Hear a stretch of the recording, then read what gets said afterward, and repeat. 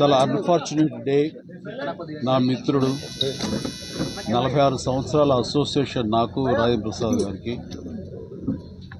నా బిడ్డలు వాళ్ళ బిడ్డలు కలిసి పెరిగారు. అటు చెన్నైలో కానీ ఇక్కడ ఈ హైదరాబాద్లో కానీ ఎప్పుడు కలుసుకున్నా ఫ్యామిలీ పరంగా రాజేంద్ర ప్రసాద్ మాట్లాడుతుంటాడు. వాళ్ళ కుటుంబం, వాళ్ళ ఎదుగుదల, బిడ్డల పెరుగుదల అని.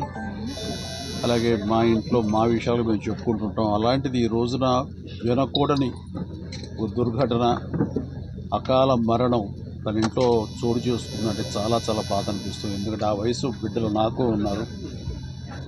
అలాంటి బిడ్డ అనుకోని విధంగా ఈ రోజున కాలం చెందడం అన్నది చాలా మనస్తాపానికి గురయ్యాను. ఈ సమయంలో ఎలా తీసుకుంటాడు, ఏమిటి అన్నయ్య, ఎలా ఓదార్చాలి అని వచ్చిన నాకు తన యొక్క జీవితంలో ఒక పరిపూర్ణమైనటువంటి వ్యక్తిగా ఈ రోజున కనిపించాడు.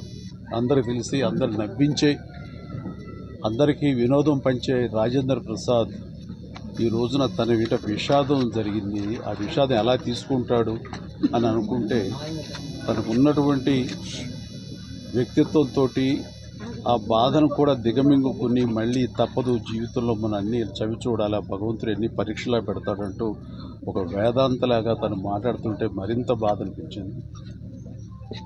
అలాంటి నా మిత్రుడికి ఇలాంటి సంఘటన జరగకూడదు. ఎందుకంటే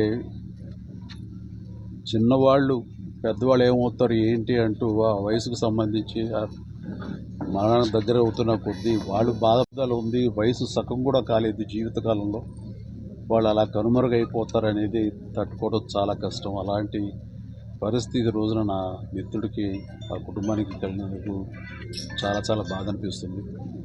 అలాంటి నా మిత్రుడు మళ్ళీ తిరిగి త్వరగా కోలుకోవాలని, ఈ విషాదం నుంచి కోలుకొని అందరికీ వినోదం పంచిపెట్టాలని, దైనందిన జీవితంలో ఎంత త్వరగా తను బయటికి రాగలిగితే, తన కుటుంబం ఈ బాధ నుంచి ఎంత త్వరగా బలం చేకూర్చు వాళ్ళు రాగలిగితే బాగుంటుందని, అలా ఉండాలని కోరుకుంటా. భగవంతుని వాళ్ళందరికీ మనోధైర్యం ఇవ్వాలని కోరుకుంటూ, ఆ చనిపోయిన పాపకి ఆత్మ శాంతి కలగాలని కోరుకుంటాను.